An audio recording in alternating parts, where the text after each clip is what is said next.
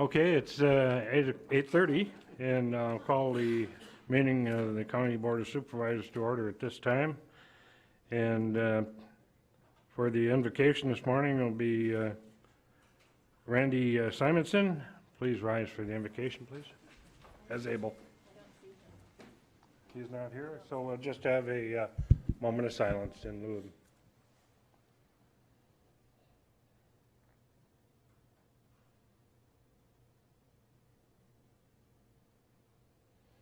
Please join me in the Pledge of Allegiance. I pledge allegiance to the flag of the United States of America and to the republic for which it stands, one nation, under God, indivisible, with liberty and justice for all.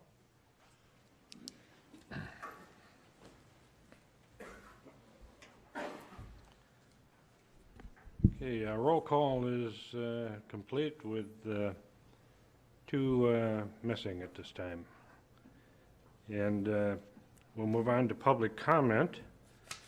For public comment, first we'll have Roy Solberg. Roy? Hello, everybody. Roy Schulberg. I guess I'm being redistricted. No, you don't need it. So, Kara, I'm not going to bother you as much. Yeah, go ahead and cancel it. Tim Hall, look out. But I know that you guys all get good cookies, so that's the number one reason I came. The second best reason, and it's too bad I wasn't aware that the minister wasn't going to be here today, because this is a recent graduate from Lutheran Seminary, and his name is Dustin Hyder, spelled H-A-I-D-E-R. Dustin Hyder is the new executive director of CASA of St. Croix County, Inc.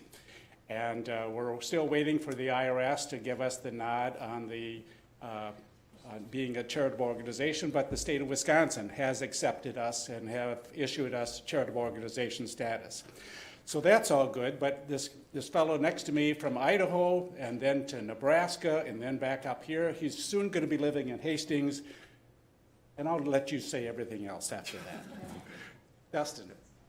Yes, thank you very much. It's a pleasure to be here, and it's probably something that you have been a part of this process of supporting CASA a lot longer than I have, and I really appreciate that sustained support that you've given over the course of years as we've gotten this up and going. I know that there's a lot of excitement around it, and I'm really excited to help build that and continue the excitement of this organization that's going to be helping kids that are going through our judicial system by pairing them with a volunteer who's going to be walking beside them, listening to them, figuring out what's going on in their lives, and then providing recommendations to the court, which has shown that it's provided a lot of really great benefits to the kids, and I'm excited to get this going in St. Croix County. I think the only other thing I wanted to mention is I'm still going through training. In fact, is like literally going on right now. I skipped out to come down here because I thought that this was much more important than going through some Zoom PowerPoint meeting, but don't tell them that I said that. And I'm just really excited to be here. We're looking to start recruiting volunteers within the next month or so we can get a class of volunteers trained starting in January, and that takes a couple weeks because it's about 30 plus hours of training that the volunteers will go through. And then our hope is to start serving kids in St. Croix County starting in February. So again, thank you very much. I know I've met several of you already, and I'm looking forward to getting to know all of you more. However, I'm pretty sure if I don't get back up to training in the next like 5 or 6 minutes, I'm probably going to get kicked out of the program or something. So I'm gonna bow out now, but it's great to meet you all, and I really appreciate your support. Thank you. Thank you for serving, Dustin.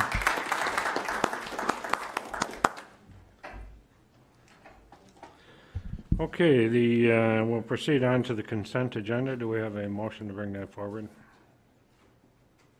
Supervisor Osnes, second by Supervisor Ard. And no discussion on that. We'll vote. Scotty, second.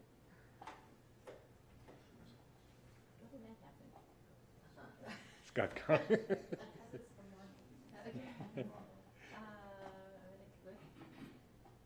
I'll just note that in the minutes that Scotty made the second. And we can vote.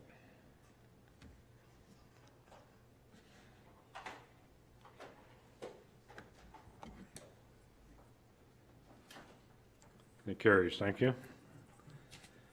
I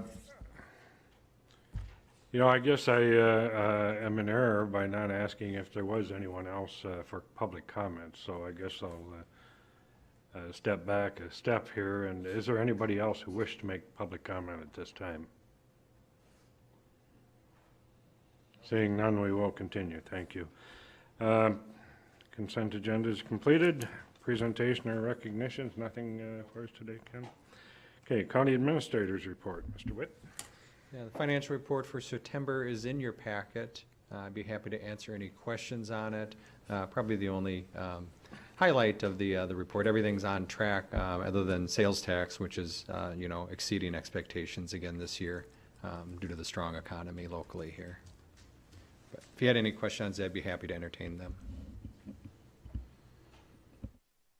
Seeing none, we'll move on. At this time, then, we will have a review of the final county supervisory district plan. And the end of the presentation, then we will open the public hearing for comments. So, Ken, are you covering that? Brett, go ahead. Good morning, Chair Peterson and board. We've got a little presentation about the final redistricting plan here, and then we can take any questions. So this is the final plan that we came up with. We worked with the administration committee, worked with the town of Hudson and the city of Hudson on some of the districts there, and also consulted with the city of New Richmond.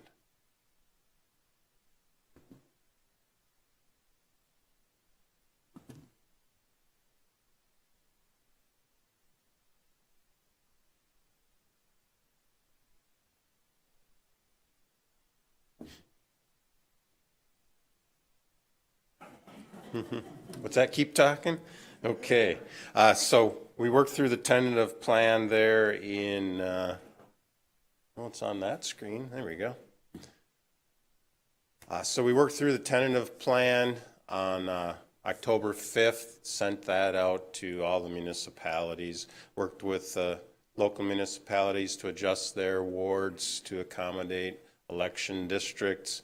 Administration committee met on 10/19 and recommended the final plan, and here we are with the public hearing and hoping for adoption. After that would occur, we will send the wards and supervisory district plans to the state.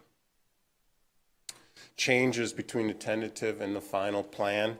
There was no change at all to the plan deviation. That's the number and percent that we deviate from the recommended number. The tentative plan was 3.8%. The final plan was 3.8%. So that's really good. We always try to keep that deviation of the supervisory districts low. Over 10% is where the courts have said you will have difficulties, and that plan could be contested. We also try to make sure that there are fewest number of splits in a municipality, easier election administration. There were changes to the boundaries of districts 3, 4, 5, 6, 7, and 8 in the town and city of Hudson. We reconciled those town of Hudson and city wards, and then the city of Hudson was also able to create aldermanic districts. This is a map of that area that really describes where those changes occurred. The dark, if you can see that, the dark black line is where the tentative plan was, and the color now is where the new districts are, and the newer final districts actually are maybe more similar to the previous districts from 10 years ago. So it was some good changes there. In District 4, the tentative plan went out through this area. Now District 4 will be here in the purple, more compact, more contiguous, a good change there. District 6 in the tentative plan went north and south of the freeway.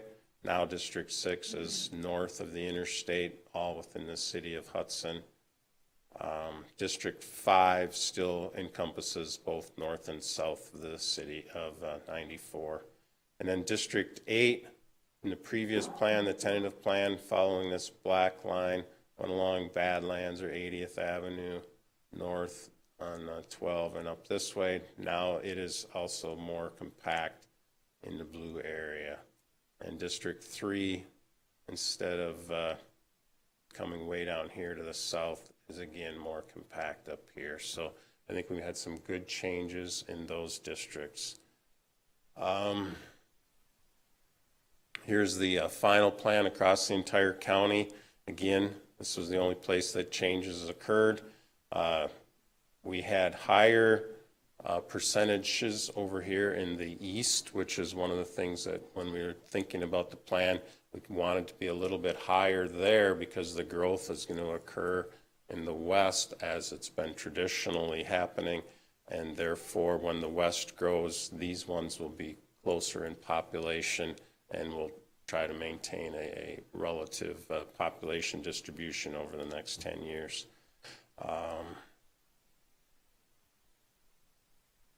Again, that's similar to the final plan, or the tentative and final plan have the same distribution as far as the deviation. The county board has the public hearing, approve the final plan, and then Cindy publishes a Class A notice of the spring election. Questions?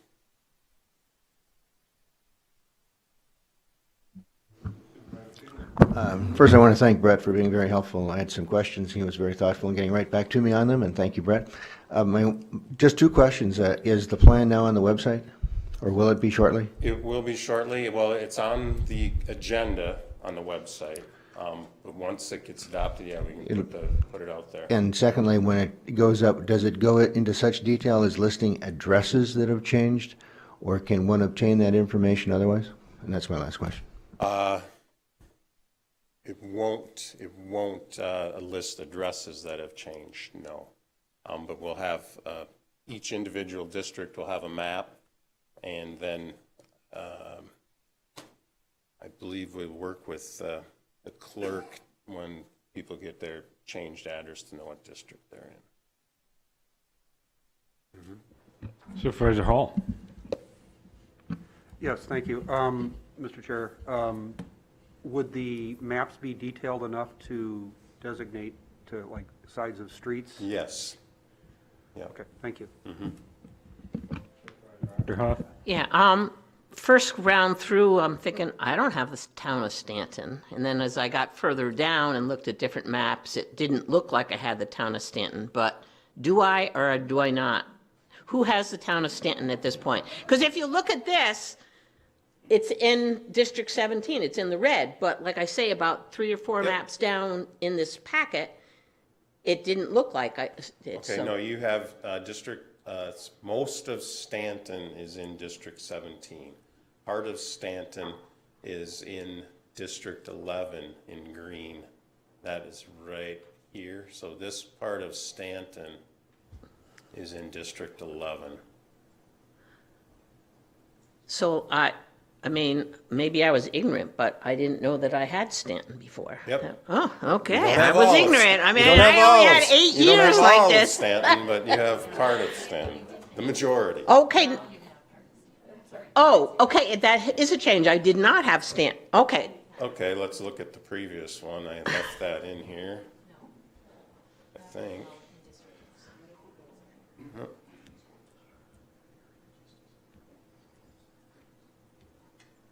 I don't have the 2011 maps. District, or Stanton was in District 11, or is Okay. in District 11. So now I have Stanton Now is you in have district. Stanton, yes. So some of, but yeah, the Some of majority. So Stanton. now I'm up to 7 communities that I represent. And how many representatives does Hudson have? 7? That's interesting. Or The 6? city of Hudson has 3, and it fits really well. They are almost perfectly populated districts in the city of Hudson. One of those math things.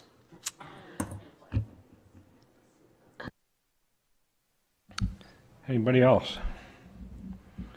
Okay, thank you, Brett. At this time, I'd like to thank the Community Development for we know there was a compressed timeline because of the late census data. So thank you very much. I think you did it on behalf of the board. Thank you. At this time, then I will open the public hearing on the supervisory district plan. Is there anybody who wishes to make comment from the public on this plan, either for or against it?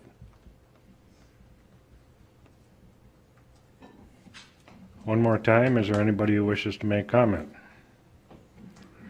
Seeing none, I'll close the hearing at this time. And then do we need a motion on that, Ken? Okay, then I guess we move on to the next item, which is the summary of the 2022 County Administrator's recommended budget. Administrator Witt. Thank you, Chairman Peterson. So the PowerPoint presentation is going to be familiar to you. It hasn't been updated because we didn't have any changes from the committee of the whole meeting until now, but I'll go through it as briefly as I can. We have on here the outline. These are all the things that are in this PowerPoint presentation that we'll hit upon.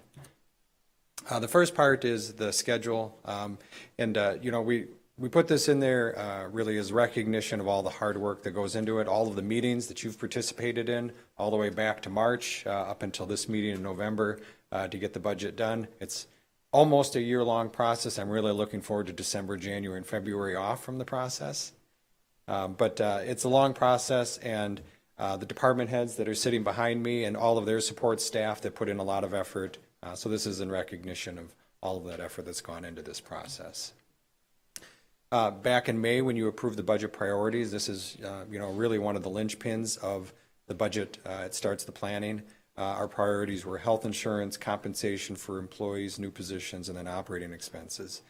So this is the guidance that you give me, and this is how we put the budget together then. We also did strategic goals. We spent quite a bit of time on that, so we'll skip over these for right now this morning. Those are being built into the budget.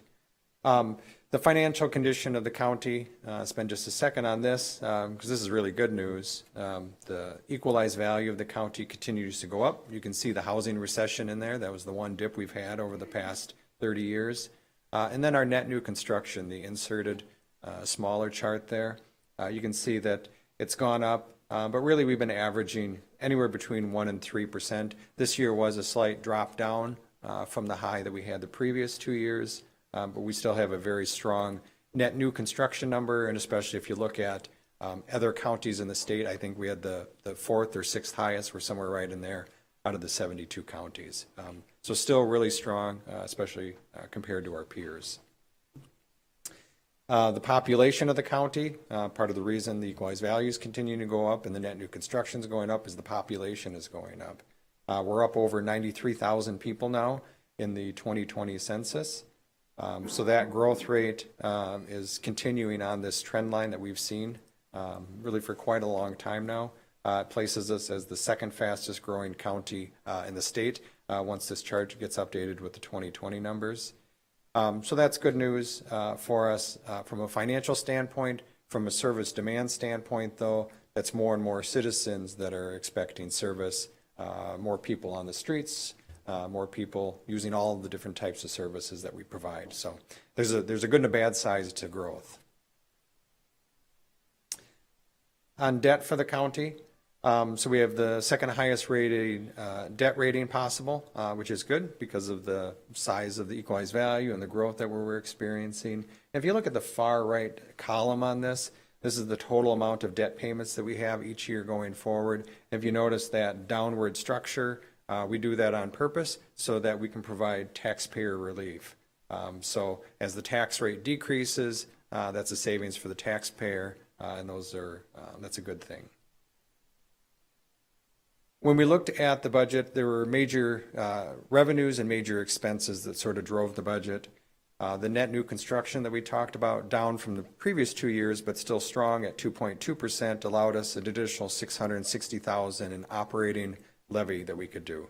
We increased the sales tax. I told you sales tax remains strong, so we increase our sales tax projection by $500,000. We still do shadow where the state estimate is for us, but we do that on purpose so that we recession-proof ourselves. If the economy downturns, we're recession-proofing ourselves.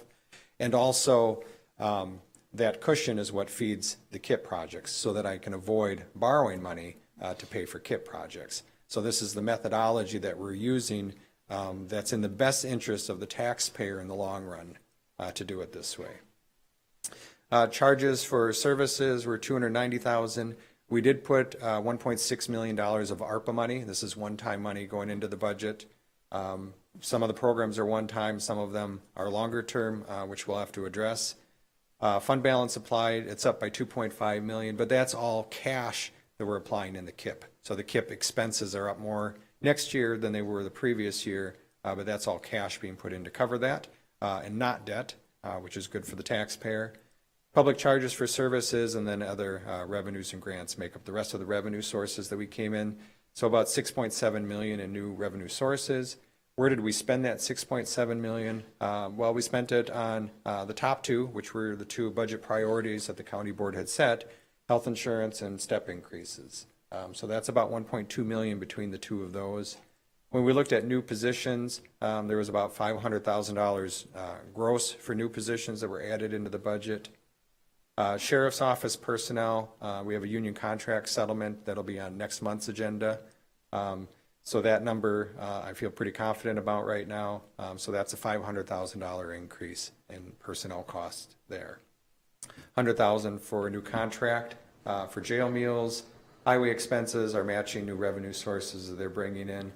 HHS purchase services, a lot of that is the ARPA dollars coming in.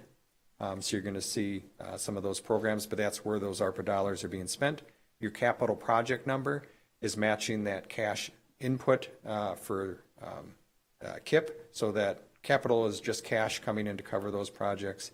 We are seeing some inflationary expenses, particularly in facilities. We're not seeing it in a lot of other areas yet anyways, but facilities sees it because they purchase more hard goods, I think is where we're seeing it. And then other operating expenses throughout the budget totaled $240,000 to get us to that same 6.7 million. So big picture, this is where the different things are coming and going. If you look at pages, I think it's 9 to 11 in the budget book, these are broken down into more details, and you can see more departmental level details in there, but this is sort of a big picture overview. Do you have a question, Supervisor Octohoff? Just what, I mean, you did one new position as gross and another personnel cost is net. Yeah. What is the difference? I mean, why aren't they the same?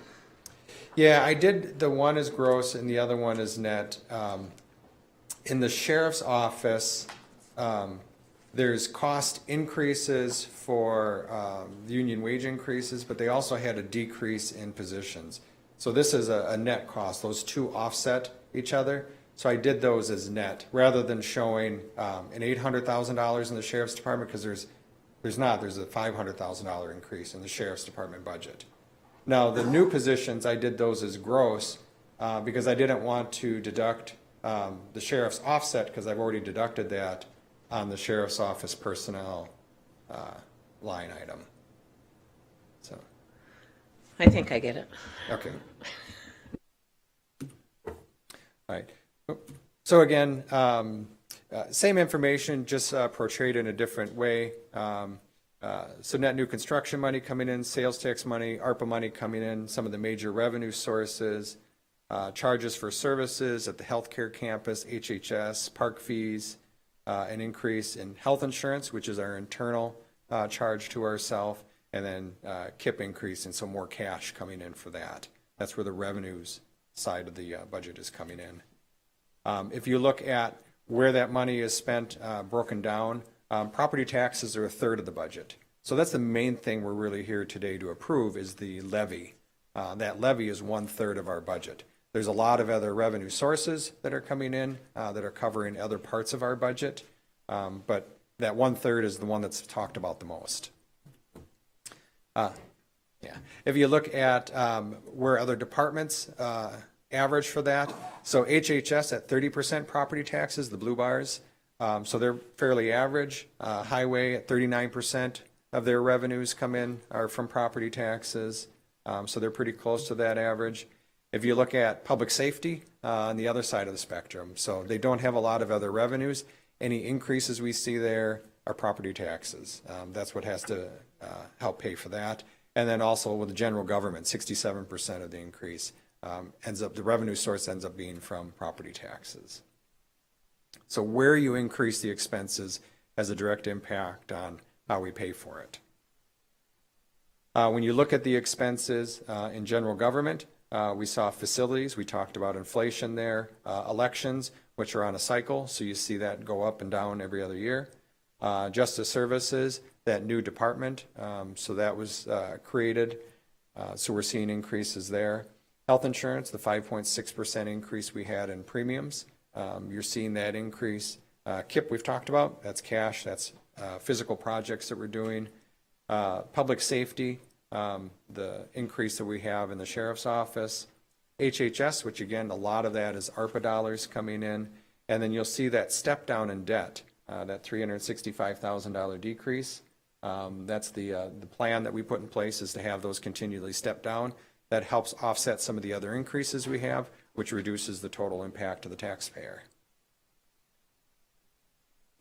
So two ways to look at expenses is what department they're going to. This chart shows you that. So Health and Human Services at 30% is the largest. Highway at 16% is the next largest, and then Public Safety at 14% is third. So those are really the big three. That's taking up a large portion of the budget, and those are all individual departments.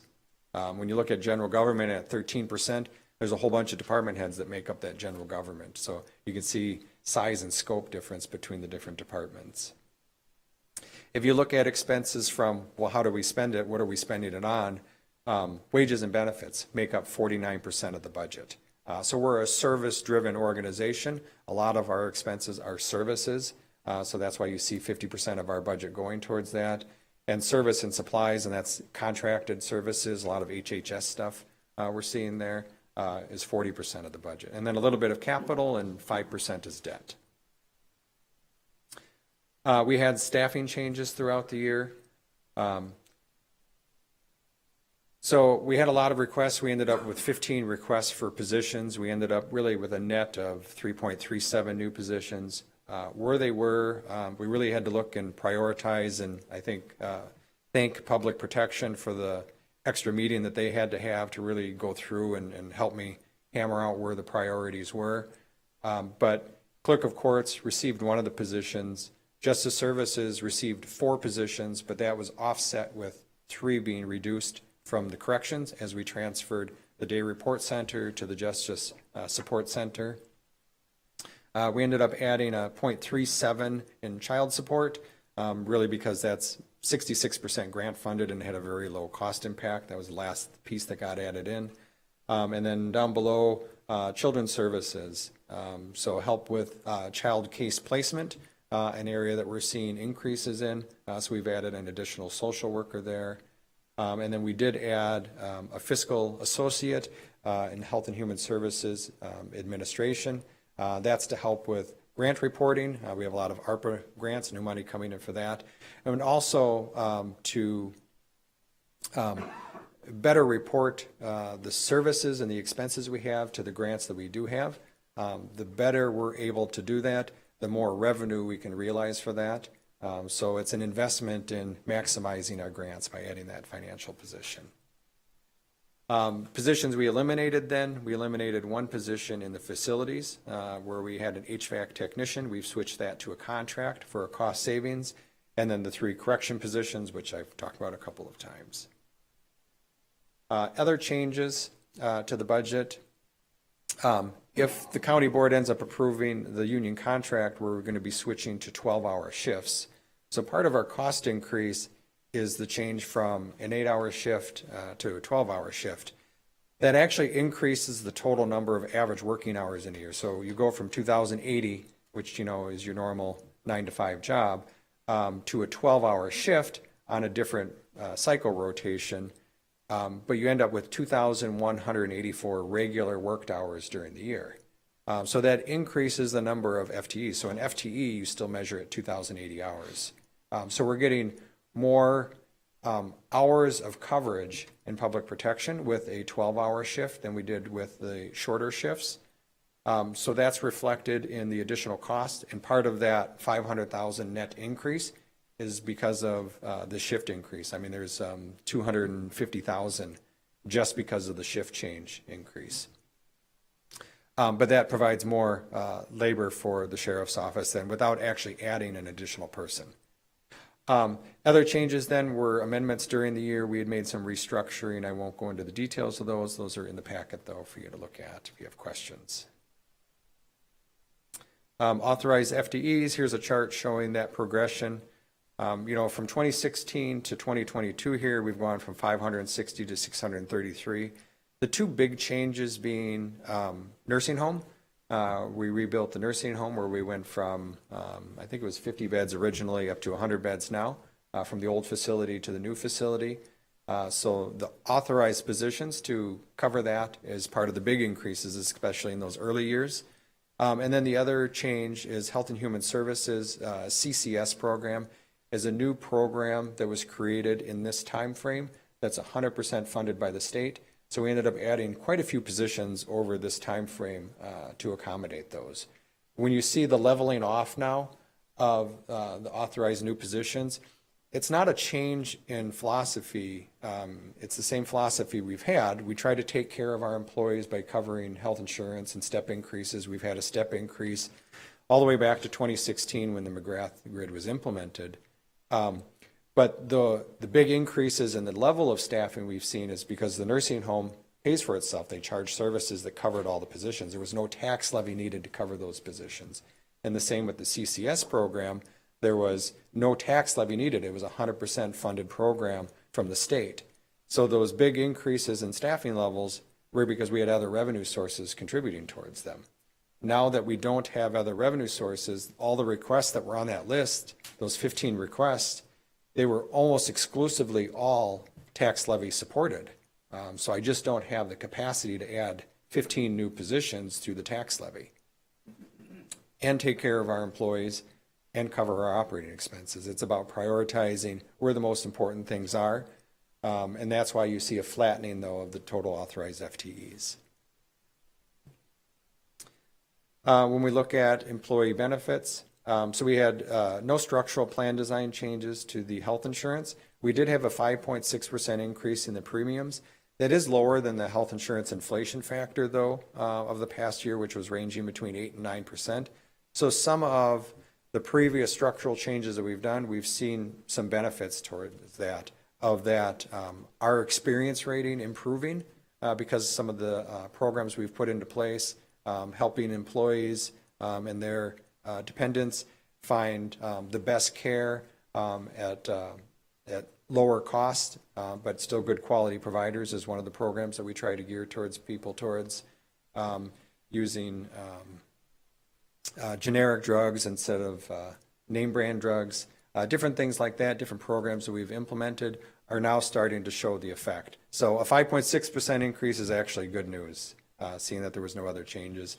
We did change our FSA vendor. We did switch our dental premium provider. We're actually going to be going to a self-funded dental premium managed by Delta Dental next year.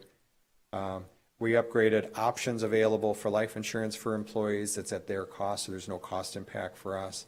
And then WRS rates, those are established by the state. We don't have any say in those, but the general was down slightly and the protected was up slightly. Supervisor Ackerman. I got one more. This goes back to your other thing. It's just a quirk of me. You made the comment in regards to jobs or whatnot, like most important. And I'm going to say there's a difference between most important and state mandated. Is that correct? Well, most important is a very subjective term, and state Right, mandated and state is not mandated is, subjective. okay, just wanting to clarify that Yes. there's a big difference between the two. Correct. Okay.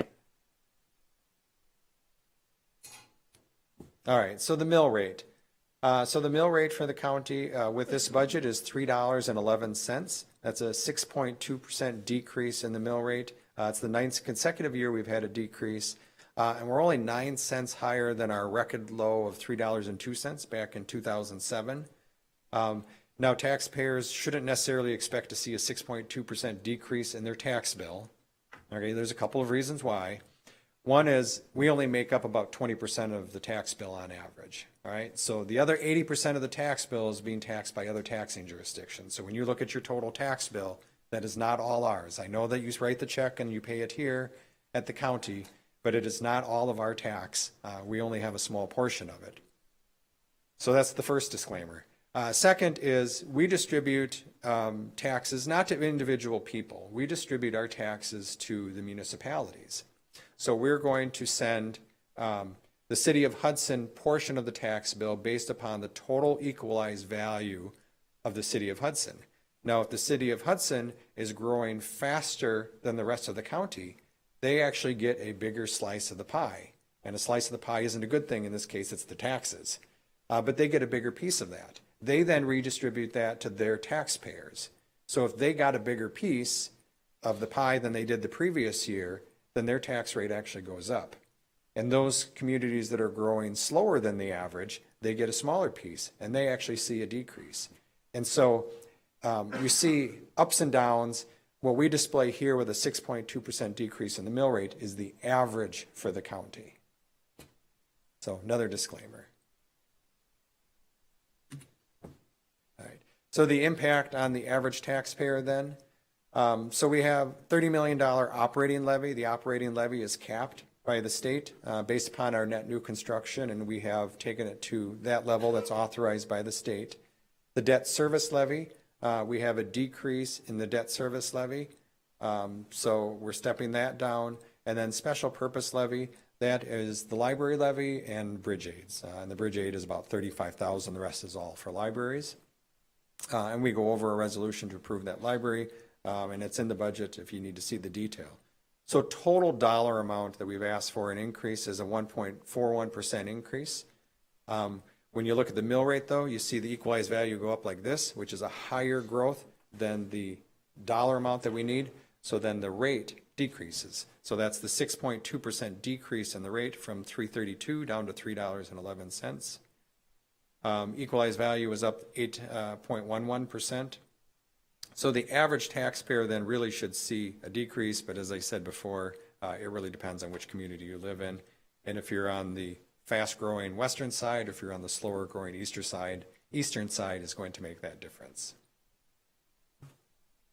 And then budget forecast, we do have some projections for the 2023 budget. They're in your packet. I won't go into those right now. We're going to focus today just on 2022.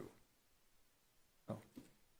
Any questions? Otherwise, we'll proceed with the public hearing portion. Thank you. No questions. Thank you, Administrator Witt. So at this time, I will now open the public hearing on the proposed budget for Wisconsin. Is there anybody from the public who wishes to comment either for or against or just about the proposed budget? Once again, is there anybody who wishes to comment on the proposed budget? Seeing none, I will close the hearing at this time, and we'll move on to the business items. First one being a resolution adopting the final county supervisory district plan. Do I have a motion to bring that forward? Supervisor Long, a second. Supervisor Burning. Discussion? Seeing none, we'll vote.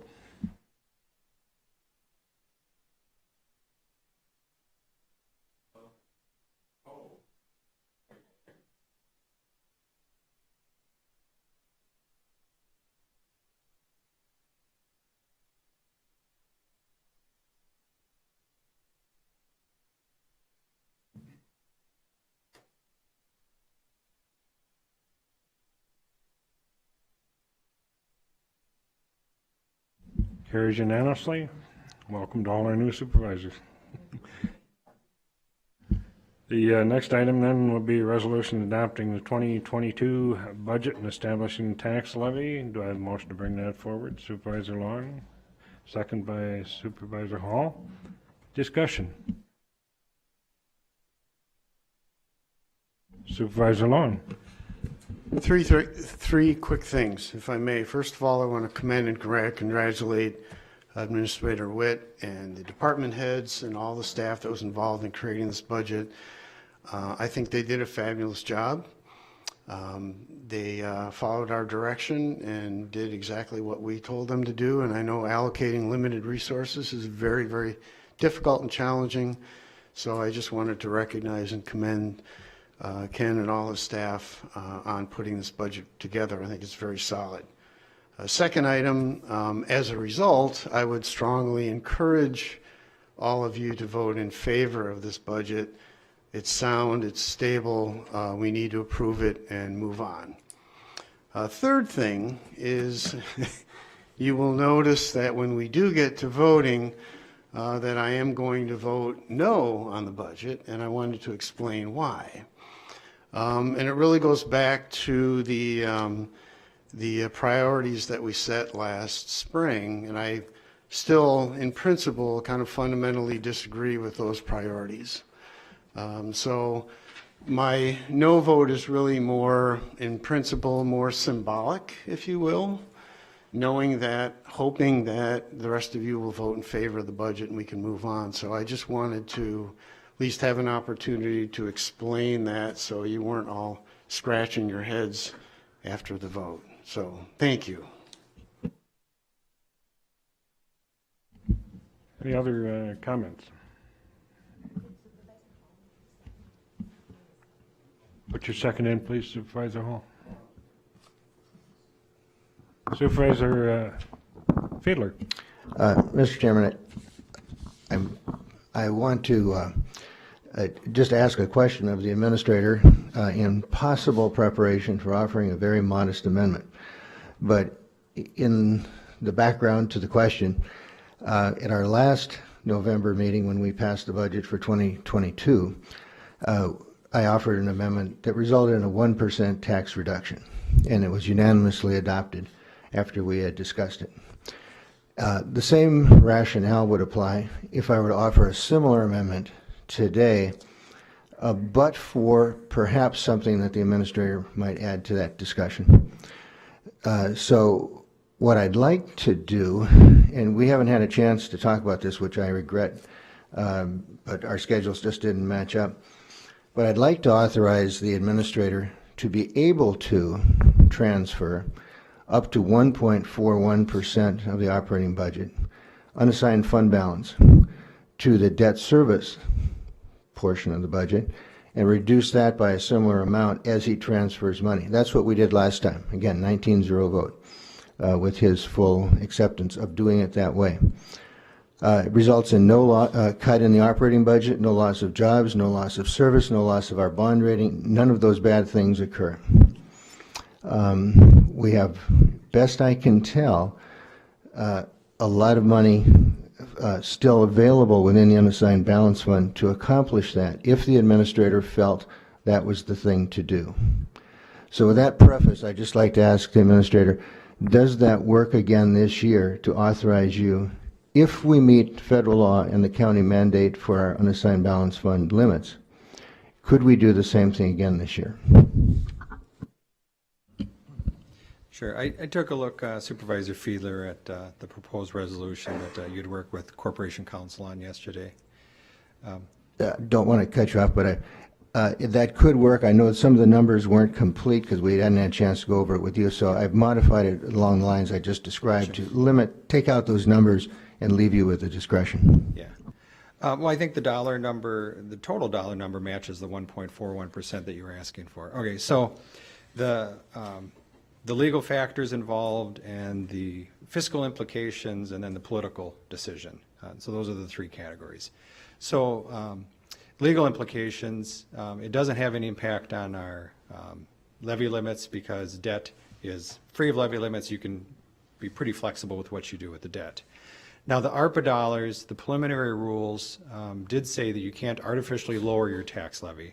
So we're not lowering the tax levy, we're taking it back to zero, the exact same amount it was last year. So that part would probably be okay. It also, though, says you can't directly or indirectly use it for debt payments. So that one is a little bit more not clear. because they've issued preliminary rules, they haven't issued final rules of exactly how they're going to measure that and look at that. It's clearly in a gray area probably though, and it may very well be fine that we can segregate how we're using the money and we're not using ARPA dollars to make this debt reduction. But there is that rule in the ARPA dollars, and if they came back and ruled that we did that inappropriately, they would take that money back out of our ARPA. And so we would be out that federal money. So there's just a very small risk of that. So I wanted to disclose that. As far as fiscal management, my recommendation is to use cash resources in the KIP to avoid future debt. The amendment that you're proposing would reduce the tax levy by 4 cents, so go from $3.11 to $3.07. That 4 cents savings that you have today will cost the taxpayers 5 cents when I have to borrow that $500,000 then to do a project in the future. So you're always more cost effective to use cash to avoid debt. So that's my recommendation on how to use cash. But that gets into the final thing, and that's the political decision that you make. So if reducing that tax levy from $3.11 to $3.07 is important from a political perspective, then that's your decision to make. But my recommendation is to use cash differently.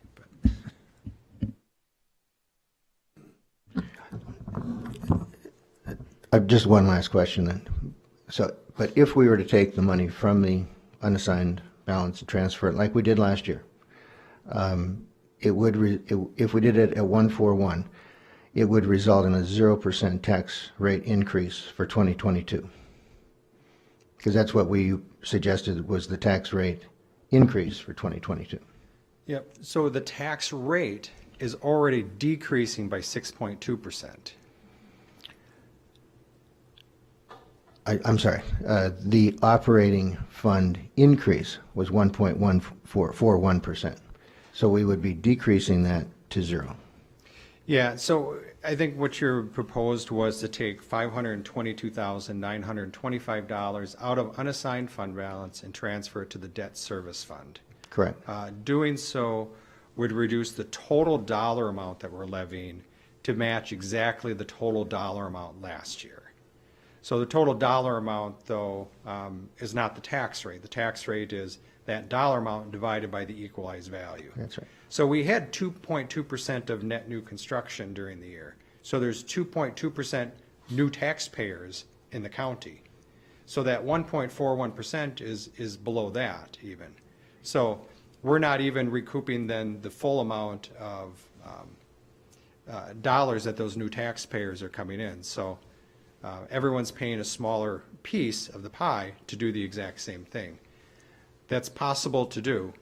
What your amendment is totally legal, it's totally possible, the small risk factor with ARPA rules, but it's possible.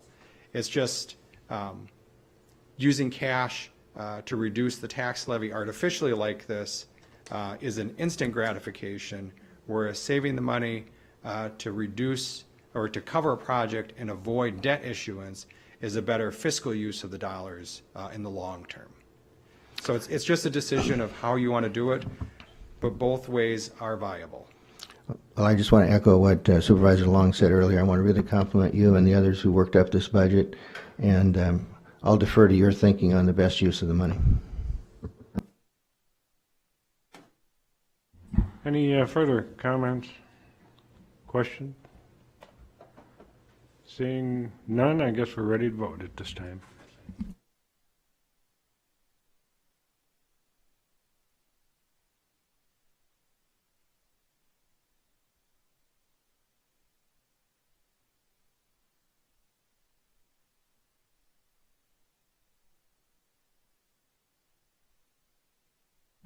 It carries. Thank you. Next business item then is the ordinance reenacting the Chapter 28 implements of husbandry. Do I have a motion to bring that to the floor? Supervisor Peavy, do I have a second? Supervisor Ard, discussion. Yeah, I can do a little explaining. Robbie's here to fill in the details or correct me when I'm wrong. But originally this was adopted. We assumed, we being me as chairman of the committee and Tim Rambert, the highway commissioner at the time, that so many things would change at the state level, that we had a sunset provision in the ordinance. This implementation husbandry rule worked out good. There was no changes at the state level, so the motion before you is to reenact it. What this does, it allows the county can control weight on farm implements. You know, they're all getting bigger, but we have had very little or no feedback from the ag industry that this is a problem. So we're just asking to reenact the ordinance as originally proposed without a sunset this time. And any questions, I'll have Robbie step forward. Questions, comments?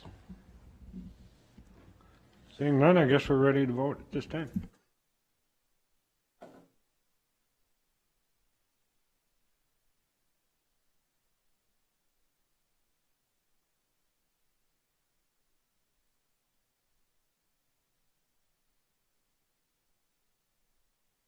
Carries unanimous, thank you.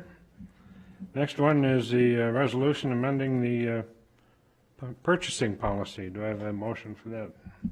Supervisor Long, second. Supervisor Ard. Discussion? Questions? Supervisor Long?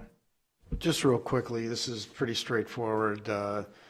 Small purchases from $3,500 to $5,000 is pretty explanatory. Trying to encourage or not allow employees to use their own personal credit cards. And then the Trinity and assets, correct me if I'm wrong, this was selling as opposed to trading in assets, which we usually get a better deal on. So that was basically a short explanation of this. Other questions or comments? Seeing none, we'll vote.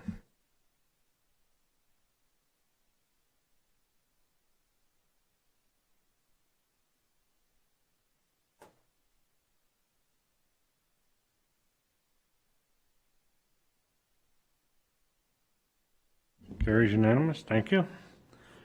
Next will be the resolution updating personal policies, Chapter 1, Introduction.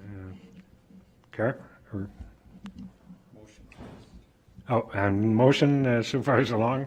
Second, Supervisor Ard. Tara? In this policy, what we did is we combined 3 sections of the current handbook to make one policy. The primary changes were that we took out the job descriptions that were in there for corporation counsel, the HR director, the administrator. The job descriptions certainly need to be housed in the handbook. Those are already on our intranet site, and each individual person has their job description. We also took out the role and responsibilities of the committees and the county board supervisors. Those are already in the rules and the bylaws, so those also didn't need to actually be in the personnel policy handbook. So that was really the primary change that we made, other than doing some formatting and combining the 3 different sections. Are there any specific questions that I can answer?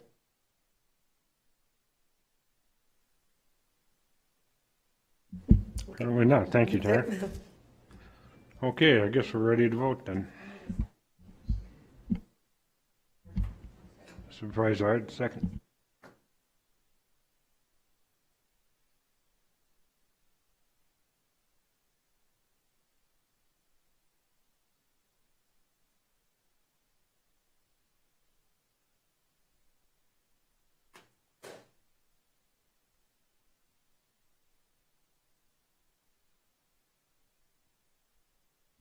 Carries unanimous. Thank you. Annual department reports. We have none today. Any requests for future agenda items? Supervisor Achterhoff. It's probably going to be on there anyhow, but I would sure like to discuss as a full board the addition to this government center. We have all these meetings with the public. It's been put out online, and we have never had a full board discussion. It'll be on the next agenda. Thank you. Other requests? Okay, the next then would be County Clerk's report, correspondence, zoning requests. Nope, I have no correspondence or rezoning requests. I want to mention candidacy papers for county supervisor. The first date to circulate nomination papers is December 1st.